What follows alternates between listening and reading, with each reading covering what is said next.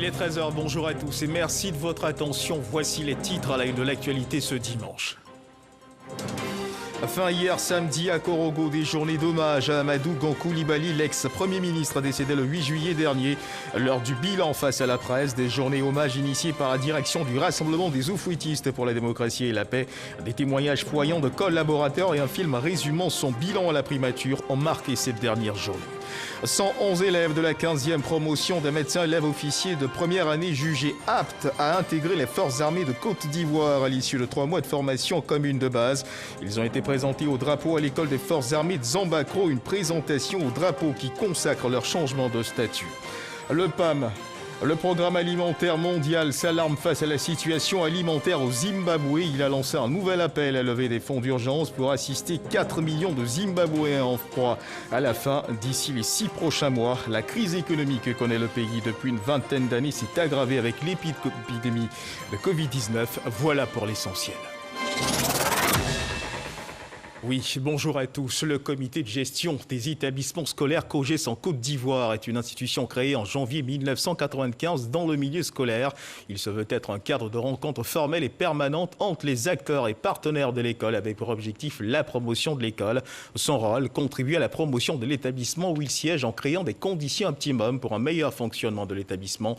Lors de son discours à la nation à l'occasion de sa prestation de serment le lundi 14 décembre dernier, le président de la République Alassane Ouattara a annoncé que les frais annexes institués par les comités de gestion des établissements scolaires COGES seront désormais à la charge du gouvernement et des collectivités locales à compter du 1er janvier 2021. Dans le cadre du Dimanche Magazine de ce 20 décembre, nous recevons le maire de la ville de Tiasalé, Tiemoko Assalé, avec lequel nous parlerons de cette actualité de la gestion du COGES et de quelques questions qui gravitent autour de cette gestion. Monsieur le maire, bonjour. Bonjour. Merci d'être avec nous sur ce plateau. Merci. Monsieur le maire, je vous retrouve dans une trentaine de minutes pour aborder justement le sujet dont nous avons à l'instant parlé. Et je voudrais vous inviter à rester sur ce plateau et à suivre le cours normal de ce journal, direction la ville de Korogo, où à l'occasion des journées hommage initiées par le RHDP, le Rassemblement des Oufouettistes pour la démocratie et la paix, à la mémoire d'Amadou Koulibaly, l'ex-premier ministre, le ministre Amédée Kofi Kwaku a procédé au lancement des travaux de bitumage de la voirie de l'Ataa. La réalisation du projet va coûter 1,9 milliard de francs CFA à l'État de Côte d'Ivoire et permettra le bitumage de 3,8 km de voies. Le reportage de Jérôme Kofi Abola. Ce samedi 19 décembre 2020 à Lata, une localité dans le département de Korogo, l'ambiance qui y règne est tout à fait particulière, pour ne pas dire festive. Les populations de cette localité sont sorties nombreuses pour la bonne nouvelle, à savoir l'annonce du démarrage des travaux de bitumage de la voirie de Lata. C'est le ministre de l'Équipement et de l'Entretien routier Amédée Kofi Kwaku qui porte le message. Il a indiqué être heureux de se retrouver parmi ces populations pour agir au nom du Premier ministre Ahmed Bakayoko.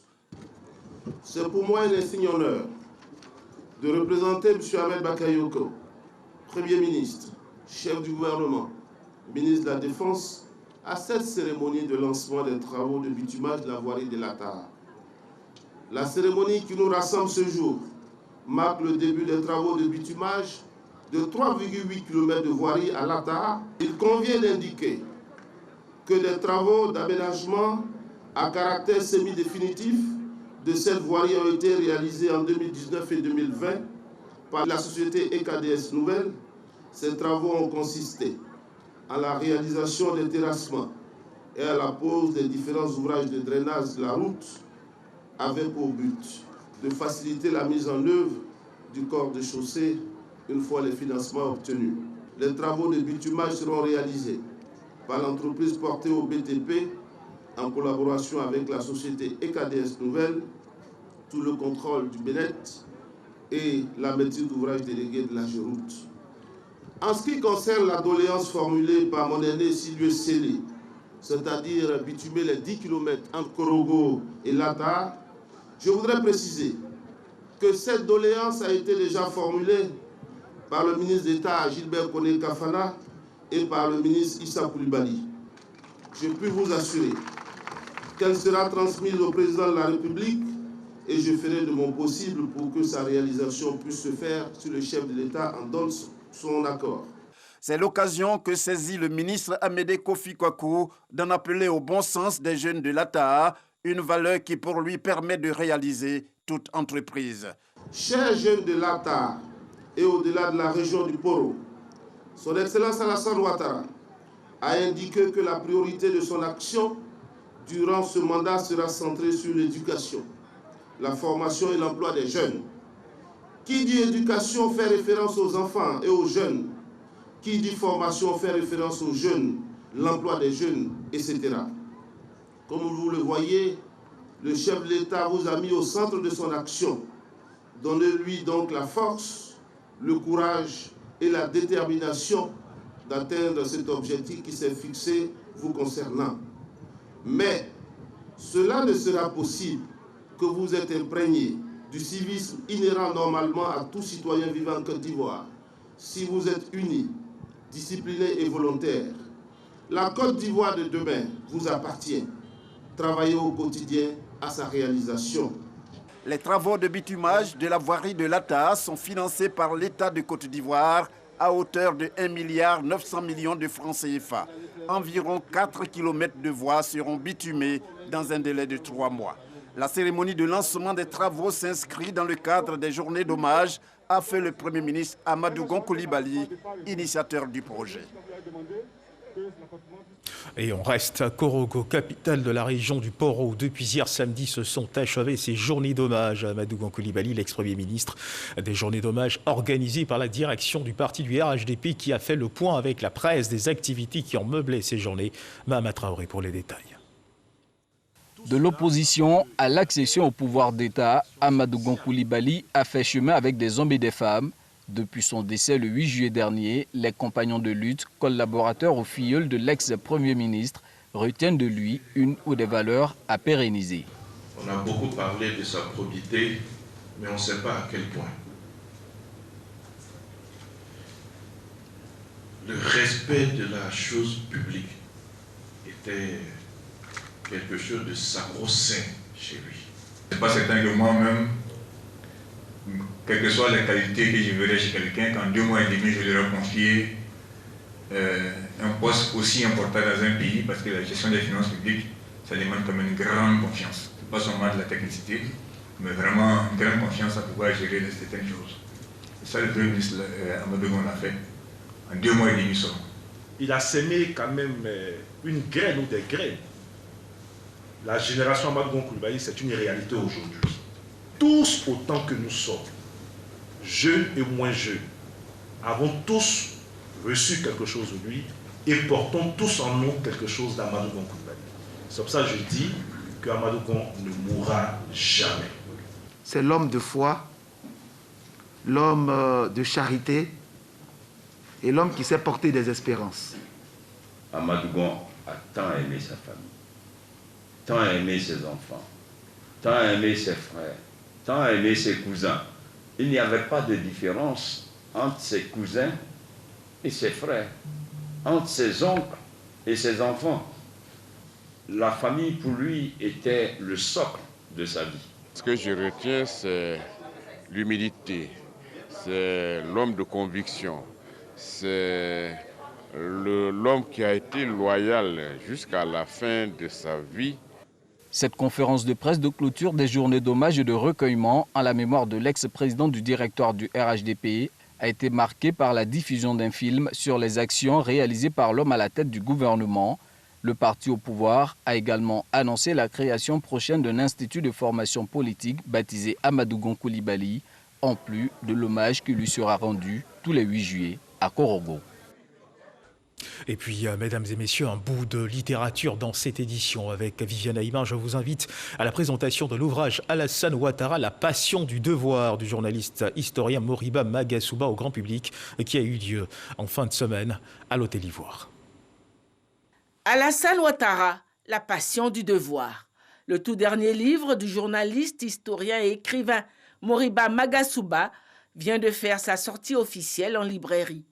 La présentation de l'ouvrage au public a eu lieu ce vendredi 18 décembre à l'Hôtel Ivoire, à l'occasion d'une sympathique cérémonie qui a réuni des officiels et de nombreux invités. Œuvre biographique et historique rédigé sur 352 pages et qui relate la vie et le parcours politique du président de la République Alassane Ouattara, mais aussi plusieurs pans de l'histoire récente de la Côte d'Ivoire. L'auteur Moriba Magasouba se défend d'avoir écrit un livre de laudateur. Ici Amara, l'ancien ministre des Affaires étrangères, qui m'a fait un témoignage sur le premier gouvernement du Premier ministre Ouattara auquel il participait comme ministre des Affaires étrangères, entre autres. J'ai fait parler Laurent de Naflero, qui a été ministre de l'Information, de la Jeunesse et des Sports pendant plus d'une décennie. Et j'ai fait parler Henri Konamini lui-même. Et j'ai fait parler Laurent Gbagbo. Laurent Gbagbo qui a eu à dire que Alassane est un gros travailleur. Plusieurs témoignages émanant de personnalités d'horizons divers qui ont lu l'ouvrage ont mis en lumière la richesse de l'œuvre. Ce qui m'a marqué dans cet ouvrage, ce sont les anecdotes. C'est la pertinence de la chronologie de cette narration assez plaisante. On retrouve des détails sur le président Alassane Ouattara qui est, je dirais, inconnu du public. Je découvrais d'autres aspects de l'homme. Et on adore cette narration, on aime cette narration parce que tout simplement, ça nous ouvre certains volets de la vie de l'homme. Il a rencontré le président Ouattara en 90, donc depuis 30 ans, il le pratique, il le suit de plus ou moins près. Et c'est la somme de tout ça qu'il nous a livré et ça permet d'avoir un regard nouveau, mais le regard normal sur le président Alassane Ouattara, un livre écrit par quelqu'un qui n'est pas militant. Ce qui m'a le plus frappé dans le livre, c'est quand il dit que sur son lit d'hôpital, que le président Feu Boigny a demandé que le Premier ministre d'alors, qui est devenu président Alassane Ouattara, lui masse la poitrine, qu'il a un peu soulagé. Et cet épisode où le président Yadema est venu avec un sorcier pour un peu soulager le président Houphouët-Boigny sur son lit d'hôpital. Et surtout aussi le parcours du président Alassane Ouattara, l'adversité, la ténacité qu'il a pu mener jusqu'à arriver là où il est aujourd'hui. Et puis, fort d'une amitié vieille de près d'un demi-siècle avec l'auteur, le ministre Ali Koulibaly a éloquemment préfacé l'ouvrage. Un ouvrage documenté, servi par des informations puisées aux meilleures sources, issues de témoignages incontestables, serait une œuvre que je qualifierais d'œuvre de salubrité intellectuelle. L'auteur n'a pas cédé à une empathie excessive pour son sujet, tout en évitant l'écueil des pamphlétaires qui sautent à pieds joints dans les poncifs et la caricature dès lors qu'il s'agit d'une personnalité africaine au pouvoir. Alassane Ouattara, La passion du devoir de Moriba Magasouba est disponible en librairie et se signale déjà par le chiffre de ses ventes. Voilà, un ouvrage éloquemment préfacé par le ministre Ali Koulibaly. Dans le domaine de la défense, 111 élèves de la 15e promotion des médecins élèves officiers de première année jugés aptes à intégrer les forces armées de Côte d'Ivoire à l'issue de 3 mois de formation commune de base. Ils ont été présentés au drapeau à l'école des forces armées de Zambakro. Une présentation au drapeau qui consacre leur changement de statut. Ils ont été invités au respect du drapeau et à la discipline. Abou Sanogo. Ces 111 élèves ont intégré la division de formation des officiers de l'école des forces armées le vendredi 16 octobre 2020 pour une formation initiale qui a duré 3 mois. Répondant à l'appellation de soldats de 2e classe, leur présentation au drapeau consacre leur changement de statut pour prendre officiellement la qualité d'élèves officiers d'active de première année et de médecins élèves officiers respectivement de la 52e et de la 15e promotion. Chers élèves officiers d'active et médecins élèves officiers, il n'y a pas de métier plus noble que celui des armes. Soyez entièrement au service de la Côte d'Ivoire et de vos pays respectifs. Des soldats disciplinés et animés par une ferme volonté de gagner et de vaincre. Développez votre compétence et votre force morale. Enfin, agissez avec honneur. L'hymne national a été exécuté par la musique des armées de Côte d'Ivoire et entonné par l'ensemble des élèves officiers. Puis le drapeau de l'école a été présenté pour la toute première fois aux 111 élèves officiers d'active de première année. C'est en présence du chef d'état-major général des armées adjoint, le général de division Kwame Oundri Julien, qu'ils ont récité les 11 articles du Code du soldat. Accomplit sa mission.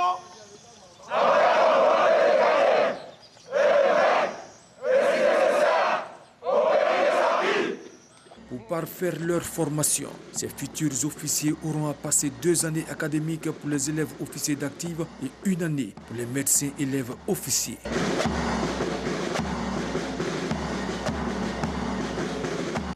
Voilà, loin de ces défilés à pas cadencés, des entreprises et personnalités distinguées pour leurs actions en faveur de l'économie ivoirienne, les awards des entreprises, cérémonie de distinction du top management des entreprises et des personnalités les plus performantes, a été célébrée au cours d'un dîner gala parrainé par le ministre de l'économie et des finances, M. Adama Coulibaly. Les awards des entreprises visent à accompagner et soutenir le gouvernement dans sa politique de développement économique et social, tout en encourageant les opérateurs économiques et les entreprises du secteur privé. Jean-Louis Bambo. Pour sa 2e édition, la cérémonie des awards des entreprises et des institutions socio-économiques a réuni quelques 500 convives du monde des affaires et du secteur parapublic, ainsi que des hautes autorités gouvernementales, diplomatiques et parlementaires. Autour du ministre de l'économie et des finances, Adama Coulibaly, parrain de la dite cérémonie, ils sont venus accompagner et soutenir le gouvernement dans sa politique de développement économique et social, mais également encourager les opérateurs économiques et les entreprises du secteur privé. L'institution de cette cérémonie annuelle nous donne l'occasion de nous retrouver et de manifester notre adhésion à la promotion de l'excellence, étant entendu que les awards des entreprises favorisent une saine émulation au sein du secteur privé. Je note que cette 2e édition met l'emphase sur la résilience de l'État. Plusieurs entreprises et personnalités se sont ainsi vues décerner des prix, comme le Premier ministre Ahmed Bakayoko, qui a reçu le super prix d'excellence Award des Awards, le ministre de l'économie et des finances Adama Coulibaly, le prix pour le développement économique et l'investissement privé. D'autres prix spéciaux ont été décernés, notamment au ministre Aka Awele, Anne Désiré Ouloto ou encore au président de la Chambre de commerce et d'industrie, Fama Touré. Une quinzaine de PME, entreprises publiques et privées, ont été distinguées pour leur savoir-faire. Le comité des awards, appuyé d'un jury, a en effet évalué les nominés sur la base de ce savoir-faire qu'ils placent au cœur de leur process et de leurs actions quotidiennes. Dans le domaine de la culture, 6 prix ont été décernés à des mécènes des arts de la culture ivoirienne par la Fondation des artistes africains. Un super prix lui était attribué à Diaby Lanciné au cadre de l'administration ivoirienne. Ce prix existe depuis 10 ans et a déjà été décerné à plusieurs personnalités, dont le président de la République, Ahmed Traoré Issa Yeo. Après la délibération du jury des mécènes des arts et la culture africaine, édition 2019, Lanciné Diaby, directeur général du FER, remporte le prix d'or. Cette distinction est due à son soutien au film documentaire posthume Amadou Gon Coulibaly, également pour son dévouement en faveur du monde artistique. Nous avons organisé cette cérémonie pour d'abord encourager Diaby Lanciné, désigné super prix national d'or des mécènes des arts et la culture. Outre le prix d'or, 6 autres prix spéciaux ont été décernés. Très ému et comme toutes les autres distinctions, j'ai dédié ce prix encore au président de la République. Donc nous sommes fiers, nous allons toujours continuer à œuvrer pour les artistes de Côte d'Ivoire. C'est une satisfaction, une joie d'être aujourd'hui reconnu comme homme de médias qui a œuvré donc, à l'éclosion de talents culturels. Lanciné Diaby, lauréat du prix d'or des mécènes des arts et la culture africaine, est ingénieur des travaux publics et cadre de l'administration ivoirienne depuis plusieurs années. C'est le lieu de rappeler que cette dissection du Grand Prix Mécène d'or existe depuis 2010. Et on reste dans le domaine de la culture pour parler de la 8e édition du Festival des danses traditionnelles du Bounkani qui s'est tenu le week-end dernier à Bouna. Les initiateurs de ce festival en ont profité pour faire le bilan des éditions passées avant de faire des projections pour les éditions à venir, les années à venir donc. Ils entendent ainsi faire de cet événement culturel l'événement le plus important de la région, un outil de développement de la région du Bounkani. Le reportage de Herman Miamia. Des groupes de danse traditionnels en attraction à la place publique de Bouna.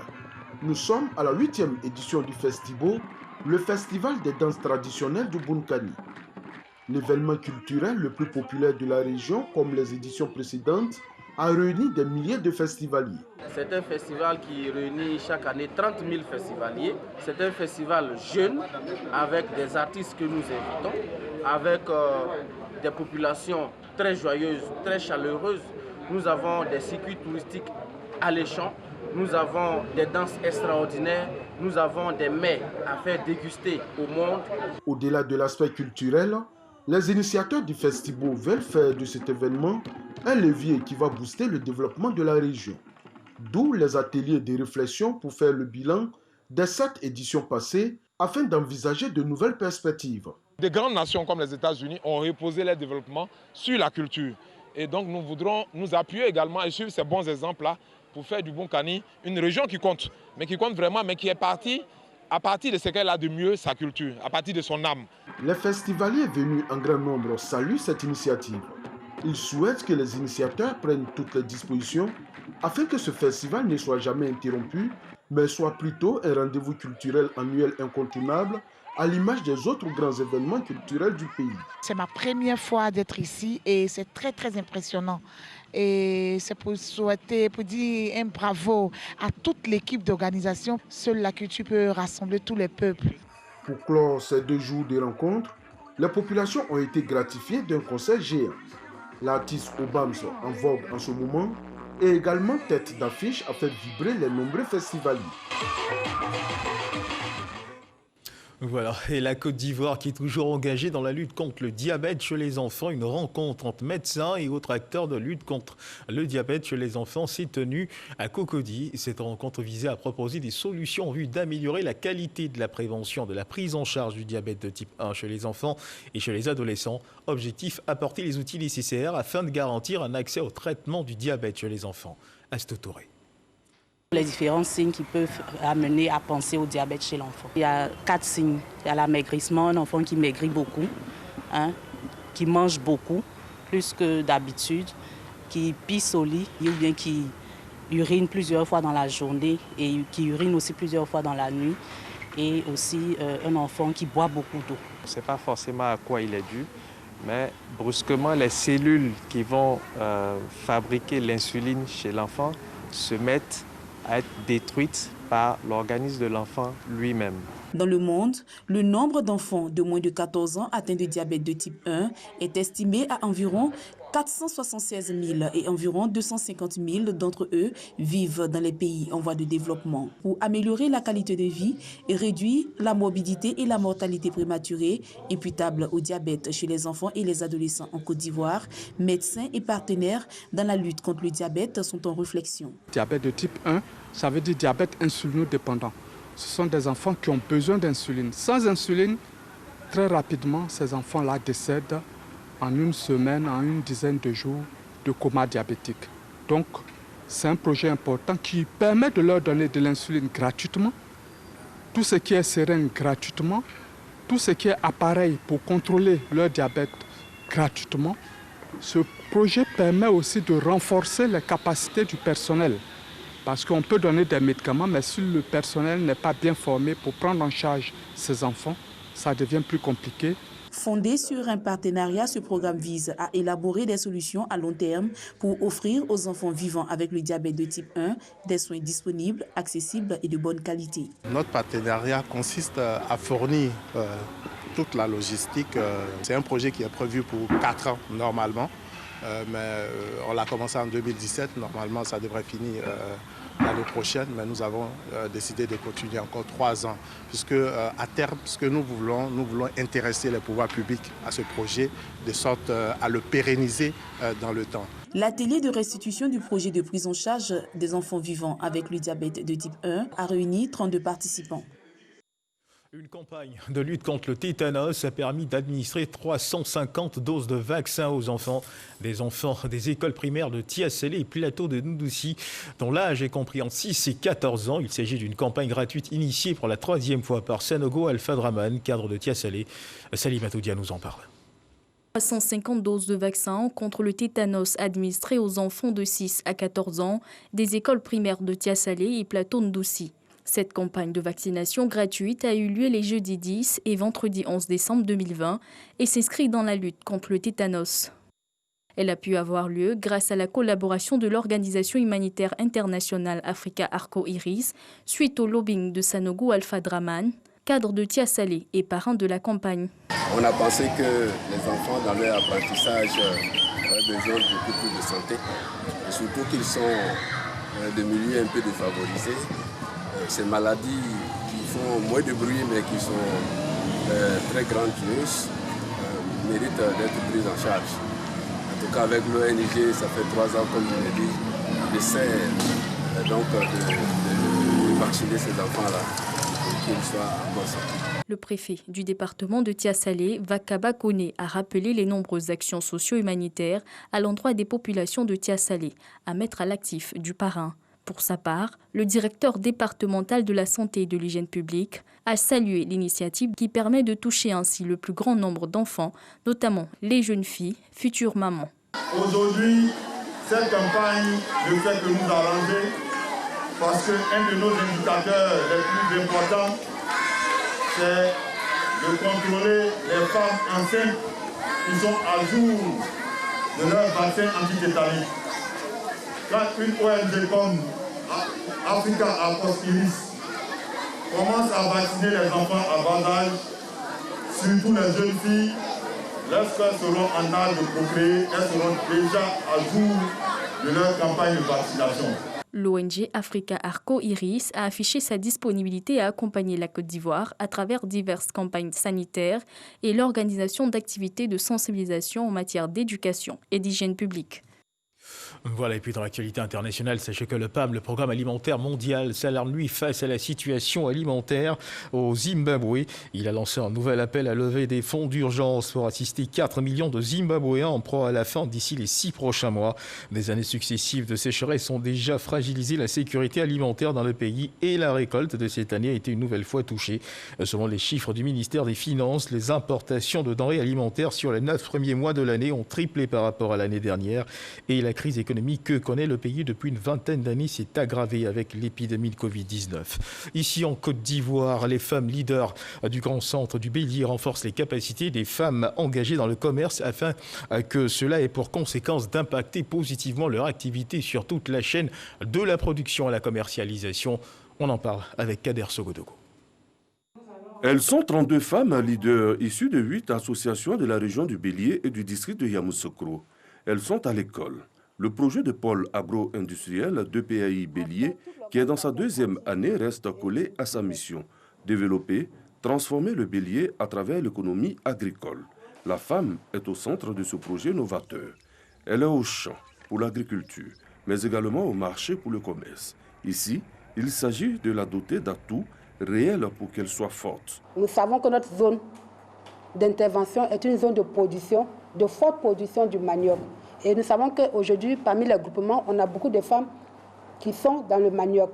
Mais comment ces femmes utilisent le manioc qu'elles produisent?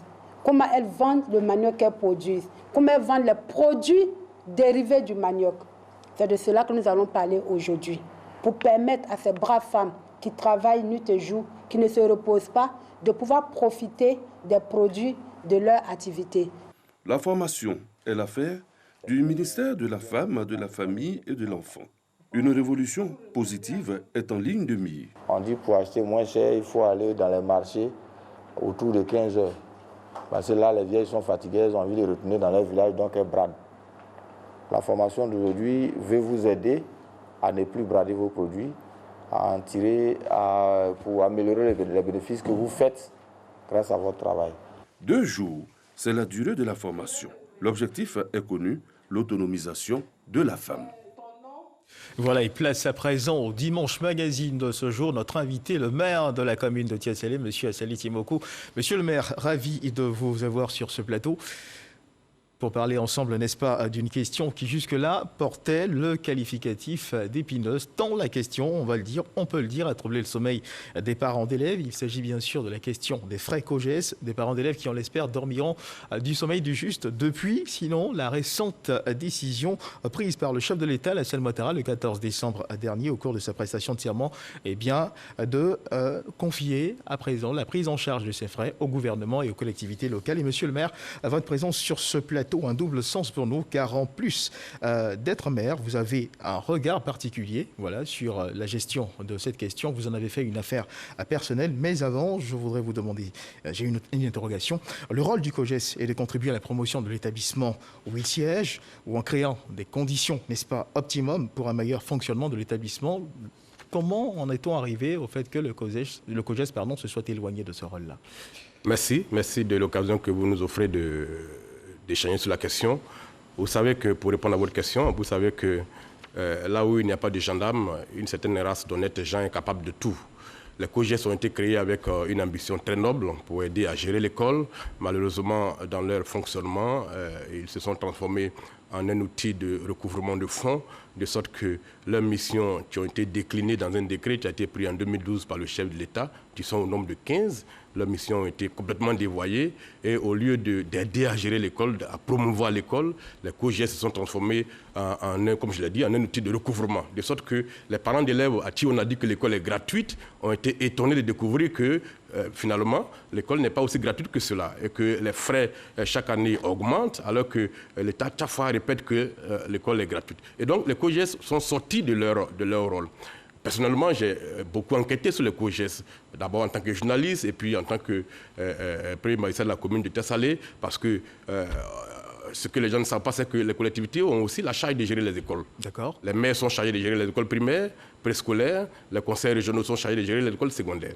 Et donc, le décret qui porte attribution de compétences de COGES fait des élus locaux que nous sommes les présidents des assemblées générales des COGES. Et donc nous avons le droit, le pouvoir de jeter un regard sur le fonctionnement des COGES. Et à Tiasalé, pour parler d'autres expériences, depuis octobre 2019, nous avons ouvert une enquête sur les COGES de nos communes pour comprendre où est-ce que vont les fonds qui ont été collectés pendant des années, alors que l'école tombe en ruine chaque année. Et monsieur le maire, ce regard particulier au niveau de votre commune, nous allons y venir. Mais moi, je voudrais savoir, est-ce que c'est vrai, hein, sans vouloir me faire l'avocat de ces COGES, est-ce qu'il ne souffre pas aussi d'une mauvaise publicité?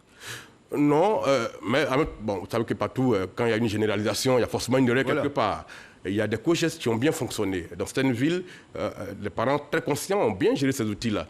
Mais globalement, les COGES dysfonctionnent. Et leur fonctionnement, au lieu de devenir problématique, est devenu un frein, contrairement à leur mission, est devenu un frein à la scolarisation des enfants, notamment des filles. On leur reproche un manque d'organisation, de communication.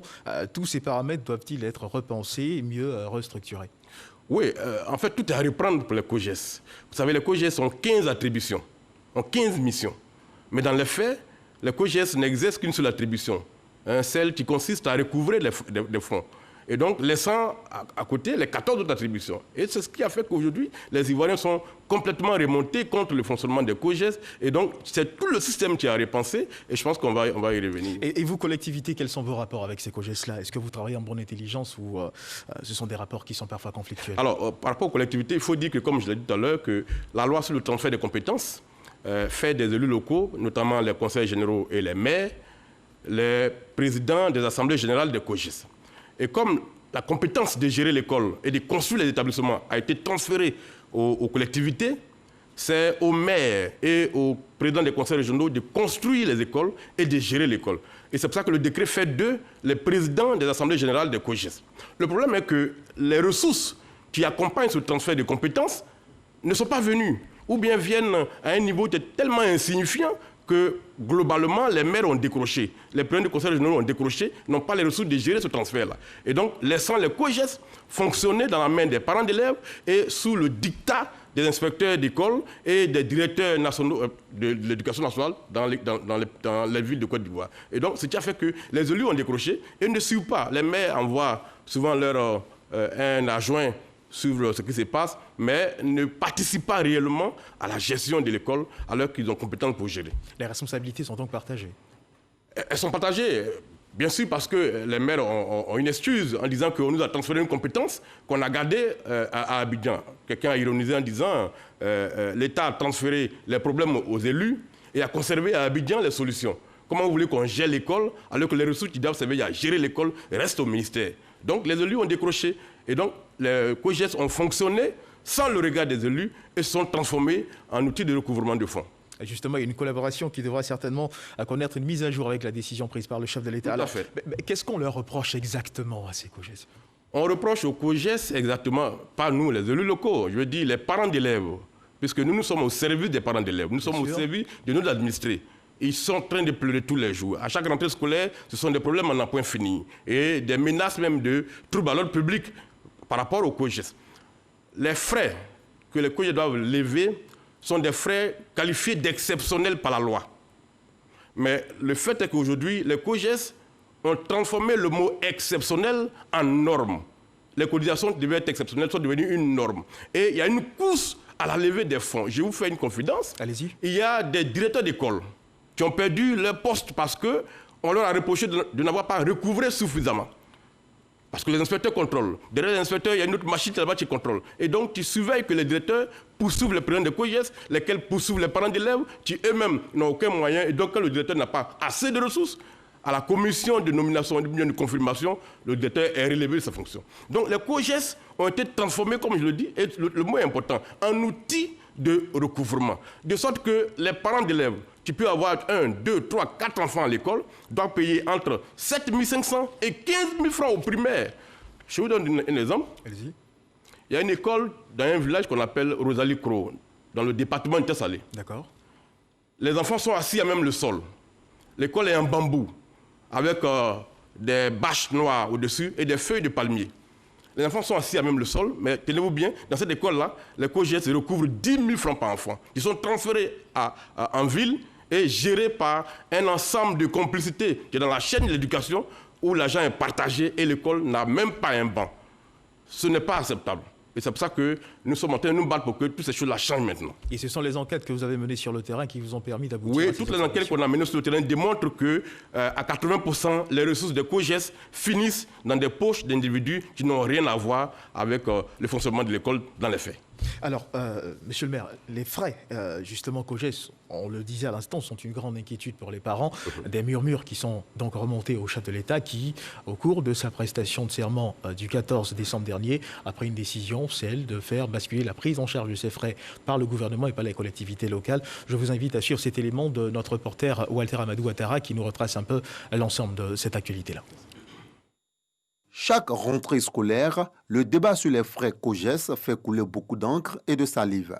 Les COJES, dans la mission qui leur a été confiée, représentaient donc un outil de promotion et de développement de l'école. Mais malheureusement, je pense qu'il y a beaucoup de problèmes qui ont jalonné leur fonctionnement, dont, n'est-ce pas, l'organisation et puis l'information. La plupart des COJES ont connu un déficit de communication, si bien que au finish, c'était devenu même un véritable fardeau pour les parents. Nous sommes tous des parents, donc souhaitions vraiment que vivement une solution soit trouvée à ce problème-là. Face à cette situation qui a suscité des troubles à l'école, le président de la République a annoncé une importante décision. Je réaffirme mon engagement en faveur de l'école obligatoire et la gratuité de l'école publique pour les enfants de 6 à 16 ans.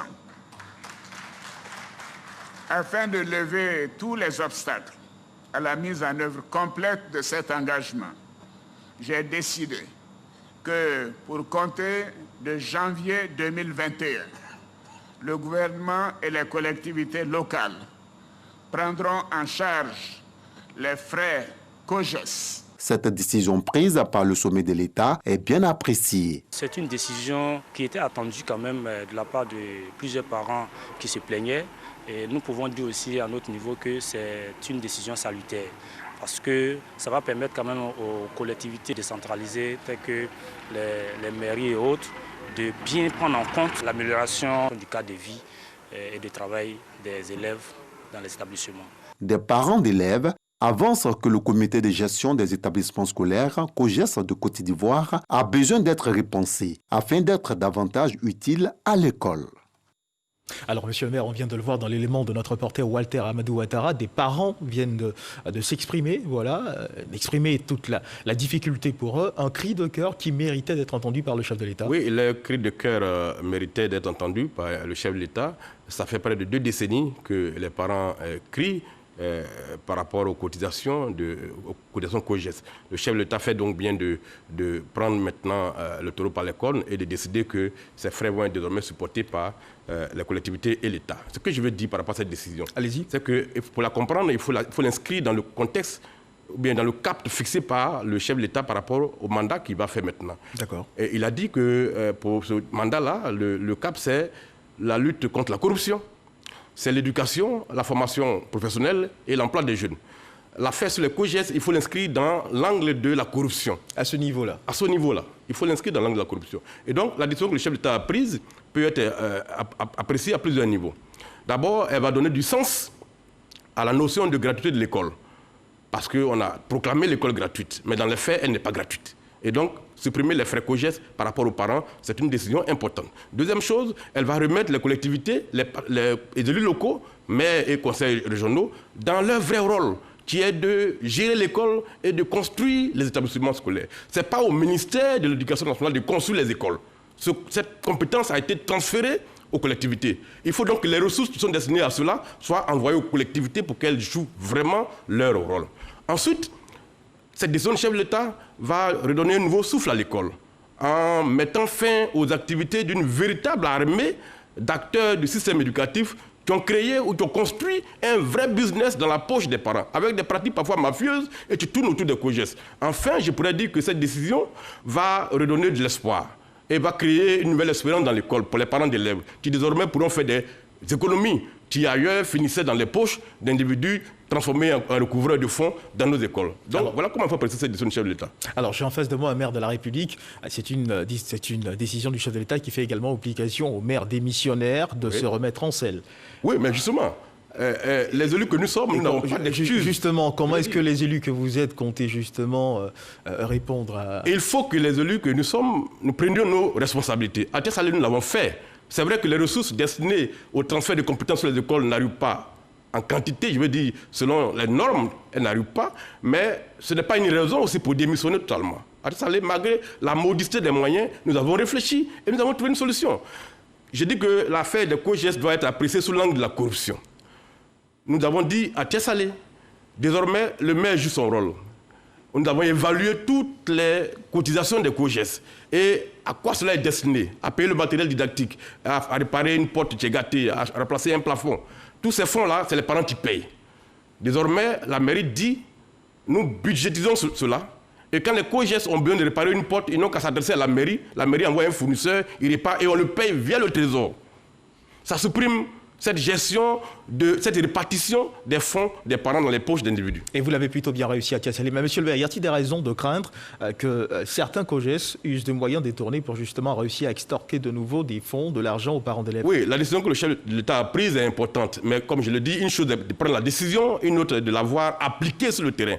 Et je pense qu'il va falloir que tous nous redoublions d'efforts parce que je suis certain, parce que j'ai enquêté dessus et je connais le système.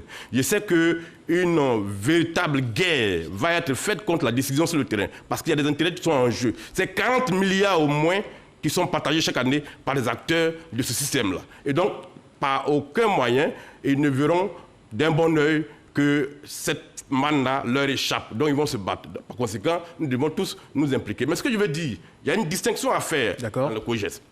Il y a les frais COGES qui, normalement, ne doivent pas excéder 3 000 francs à l'école primaire, ni 5 000 francs à l'école secondaire. Mais dans les faits, il y en a qui vont jusqu'à 10 000. C'est illégal. Ensuite, il y a les frais annexes, dont 80% sont illégaux. D'accord. Les frais de sport, Quand on prend 1000 francs à un enfant qui est au CP1 ou bien qui est au CM2, quand vous décomposez ces frais-là, il y a 350 francs CFA seulement qui vont à une ligue censée être du sport. Mais les enfants ne pratiquent pas de sport. Et 650 francs sont partagés à la chaîne de complicité dans l'école. Quand vous prenez les frais qui sont liés à la photo, que les enfants de CM2 prennent 1000 francs, il y a une convention qu'ils ont signée avec des photographes, les photographes prennent 300, 400 francs. Et les 600 francs sont partagés à la chaîne. Donc il y a un ensemble de frais annexes comme ça qui sont illégaux et qui sont prélevés dans la poche des parents qui les étouffent par rapport à leurs enfants. Enfin, il y a ce qu'on appelle les frais d'inscription dans les écoles privées. Quand un enfant de l'État est affecté dans une école privée par l'État, il doit être traité de la même manière que les enfants qui sont dans l'école publique.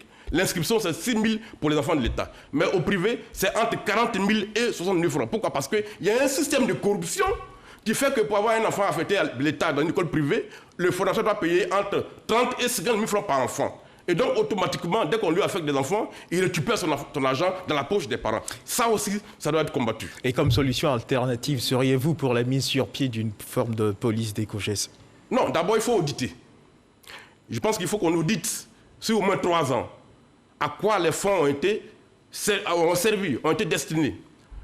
Pour qu'on sache qui a fait quoi, et que les personnes qui ont pris ces fonds-là les remboursent. C'est des fonctionnaires, ils n'ont pas le droit de s'enrichir sur le dos des populations. Enfin, il faut que les collectivités reçoivent les ressources qui leur sont destinées pour qu'elles jouent leur rôle. Sinon, la décision du chef de l'État fera un petit bruit sur le terrain et il ne se passera rien du tout.